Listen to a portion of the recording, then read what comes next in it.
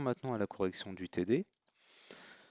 Donc dans la première question du sujet, la question 10, on vous demandait de représenter les différentes actions mécaniques sur le document réponse DR3, donc c'est le document réponse qui est ici, en cédant des informations qui vous sont données ici. Voilà, modélisation des actions mécaniques. Donc ici on vous dit que les différentes actions mécaniques sont les suivantes. On va avoir tout d'abord la poussée d'Archimède. Donc la poussée d'Archimède doit être modélisée par une force dirigée vers le haut. Donc c'est une poussée, c'est forcément la force qui va avoir tendance à faire soulever le ballon au point GB. Ça c'est la première. Donc on en a une à faire. Ensuite, on a l'ensemble ballon, nacelle plus caméra et câble déroulé. Donc ça c'est un ensemble de solides qui est soumis à l'action mécanique du câble enroulé sur le tambour du treuil qui l'empêche de s'envoler. Donc si ça l'empêche de s'envoler, ça va être une force qui va être dirigée vers le bas et qui doit être au point K. Donc ça c'est notre deuxième force.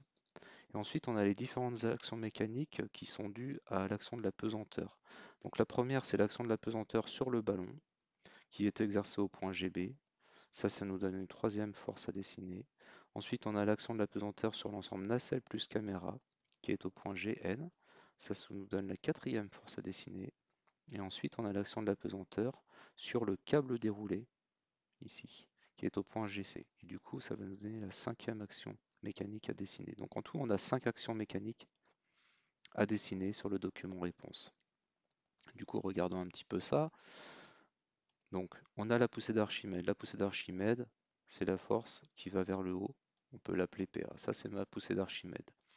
Ensuite, il faut que je dessine au point GB le poids du ballon. Donc ça, c'est PB par exemple. Ça, c'est le poids du ballon.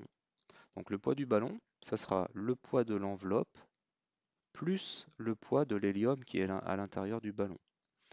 Ensuite, j'ai le poids de la nacelle et de la caméra. Le poids de la nacelle et de la caméra, on nous dit qu'il est au point GN. Donc il sera là. Donc là, je vais mettre PN plus caméra. Ça, c'est le poids de la nacelle plus la caméra. Ensuite, au point GC ici, j'ai le poids du câble. Je vais mettre PC comme le point du câble, le poids du câble. Et puis enfin, ici, j'ai la traction du treuil et on dit que ça l'empêche de s'envoler.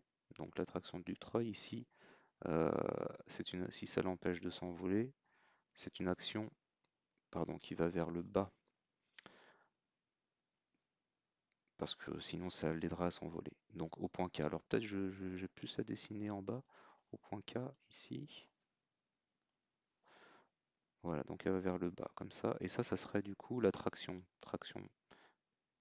T. Je vais l'appeler T, traction du treuil. Donc ça, c'était les différentes actions mécaniques qu'on devait modéliser. Voilà, et l'objectif après, ça va être de calculer l'équilibre de tout ça.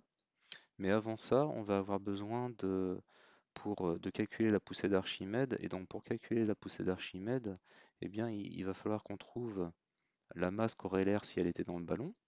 Et pour calculer ça, eh bien, on va avoir besoin de connaître la masse volumique de l'air. Donc c'est ce qui est demandé dans les questions 10 et 11. Donc dans la question 11, on nous demande de déterminer tout d'abord la pression de l'air à l'altitude de 1950 mètres. Donc pour ça, il faut utiliser la formule qui est ici. Et une fois qu'on aura la pression, on pourra la remplacer dans cette formule-là, dans la loi des gaz parfaits, pour trouver la masse volumique de l'air à l'altitude qui nous intéresse. Donc tout d'abord, pour calculer la pression, il suffit d'utiliser cette formule. Donc nous, on est à 1950 mètres, donc la pression à 1950 mètres, ça va être 101 325 multiplié par 1 moins 0,0065 fois 1950 mètres, on est à 1950 mètres, nous, divisé par 288,15. Et il faut que je mette tout ça exposant 5,255. Si vous faites ce calcul, vous trouvez à peu près 80 000 pascal. À peu près 80 000 pascal. Et du coup, cette pression, si je l'injecte dans cette formule-là, je peux calculer ρ. Donc ρ, la masse volumique de l'air, ça va être 80 000 pascal, divisé par la constante des gaz parfaits R qui nous est donnée, donc 287,05, multiplié par la température T en Kelvin, qui est de 275,5 Kelvin. Et du coup, ρ, vous trouvez 1,012 kg par mètre cube. Et donc du coup, maintenant, on a la masse volumique de l'air à l'altitude désirée, donc on pourra calculer la poussée d'Archimède qui fait appel au volume du ballon et à la masse volumique de l'air.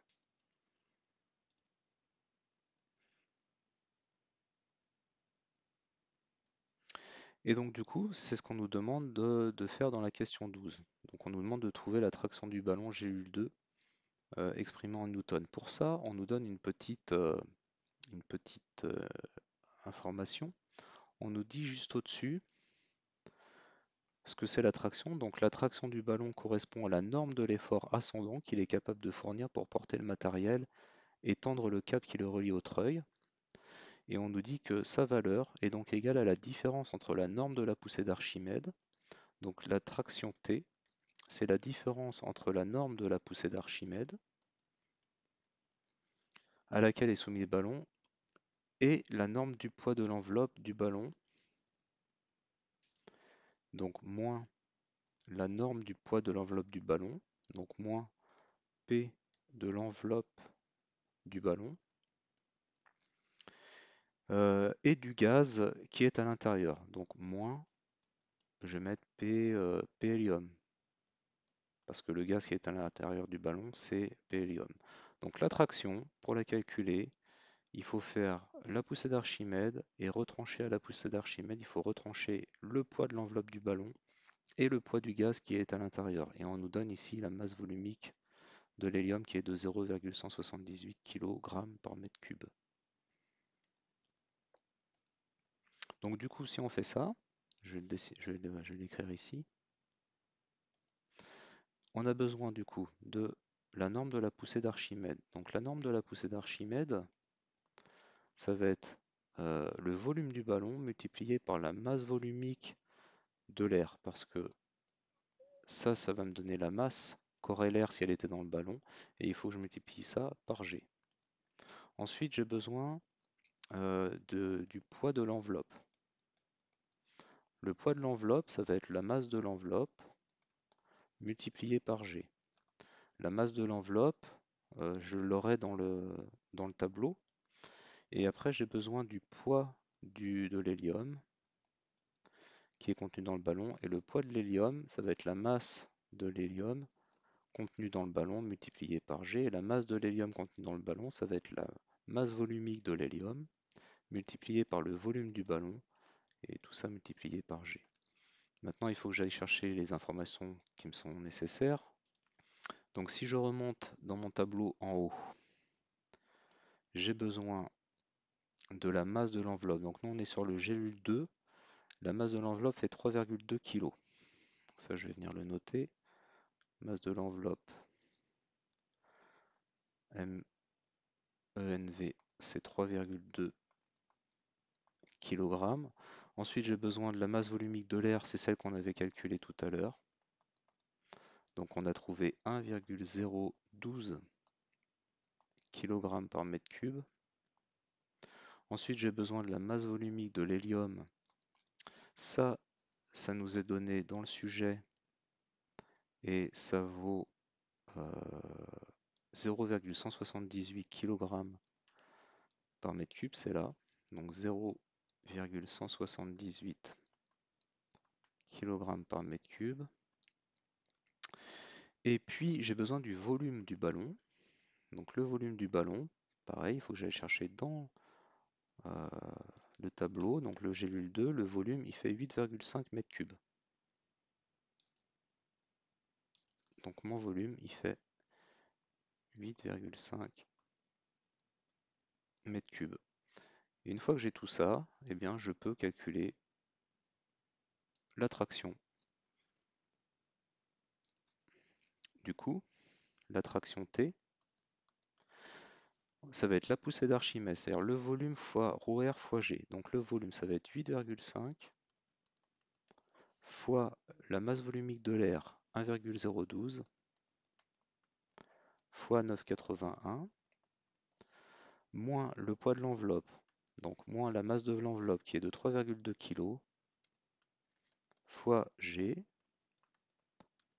moins le poids de l'hélium, c'est-à-dire la masse de l'hélium, c'est-à-dire la masse volumique de l'hélium, 0,178, fois le volume du ballon, 8,5, fois G, fois 9,81. Voilà. Et si vous calculez tout ça, normalement, on trouve une valeur de 38,3 newtons. Voilà. Et ça nous donne la valeur de l'attraction théorique à une altitude de 1950 mètres. Ensuite, dans la question 13, on nous précise que dans la suite du sujet, on prendra une traction de 40 newtons, donc nous on avait trouvé 38,3, ce qui est très proche de cette valeur, donc c'est plutôt rassurant lorsqu'on est en train de faire le sujet. On se rend compte qu'on ne s'est pas trompé. Et du coup, dans la question 13, en prenant cette valeur, on nous demande à l'aide du tableau 5 de tracer la courbe de portabilité annoncée par le constructeur en fonction de la traction des kN et de déduire la portabilité théorique que devrait avoir le Gélule 2 à 1950 mètres. Donc l'idée ici, c'est tout simplement de tracer la courbe de portabilité, donc du coup en kilogrammes, en fonction de la traction en newton, en allant chercher les ballons, les informations des ballons de la catégorie Gélule. Donc ici on voit par exemple que la traction va de 3,2 à 6,8. Donc on peut par exemple faire une échelle de ce type-là, 1, 2, 3, 4, 5. Alors il faut faire ça précisément à la règle. Et puis on a une portabilité qui va jusqu'à 2,5. Donc pareil, on peut faire éventuellement ici, si je fais 1, 2, 3, 4, est-ce que ça va? Ça va peut-être être un peu juste, donc je vais faire 2, 4, 6, 8. Et du coup l'idée c'est d'aller mettre les points. Donc par exemple pour le Gélule 1, pour une traction de 3,2, j'ai une portabilité de 2,1. Donc je vais avoir un point par exemple ici, 3,2, j'ai une portabilité de 2,1, donc je vais avoir un point par là. Ça c'est mon Gélule 1. Ensuite pour le Gélule 2, pour une traction de 5,3, donc 5,3 ça serait par là à peu près. Pour une traction de 5,3, j'ai une portabilité de 3,7, donc 3,7, 3 il serait là, 3,7 ça serait par là. Donc j'aurai un point ici. Et puis pour le Gélule 3, pour une traction de 6,8, donc mon 6 serait là, mon 7 serait là, le 6,8 serait par là, j'aurai un point à 4,5. Donc 4, 4,5 serait par là.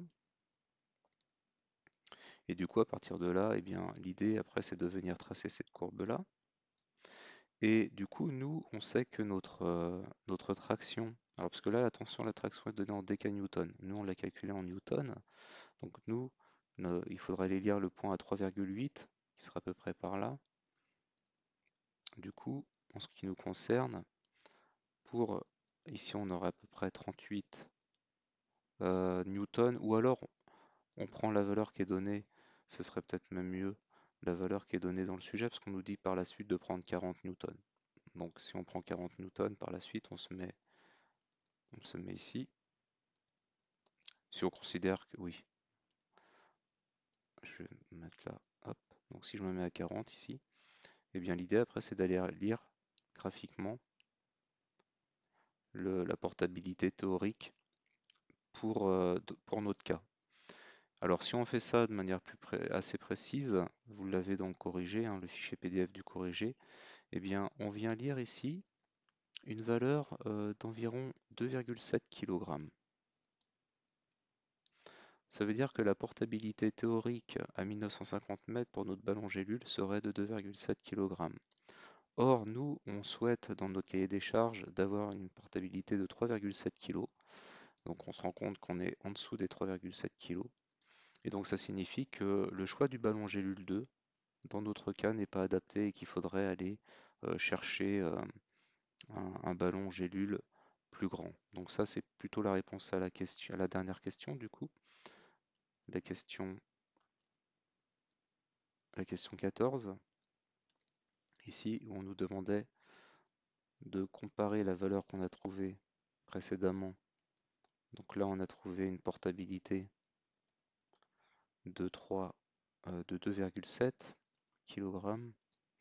Et du coup, ici, on peut dire que 2,7 kg, la portabilité théorique trouvée est inférieure à la portabilité qu'on souhaiterait avoir. Et donc, le ballon Gélule 2 ne semble pas adapté. Et du coup, il faudrait plutôt aller peut-être chercher un ballon Gélule de type 3, un ballon avec des caractéristiques plus performantes.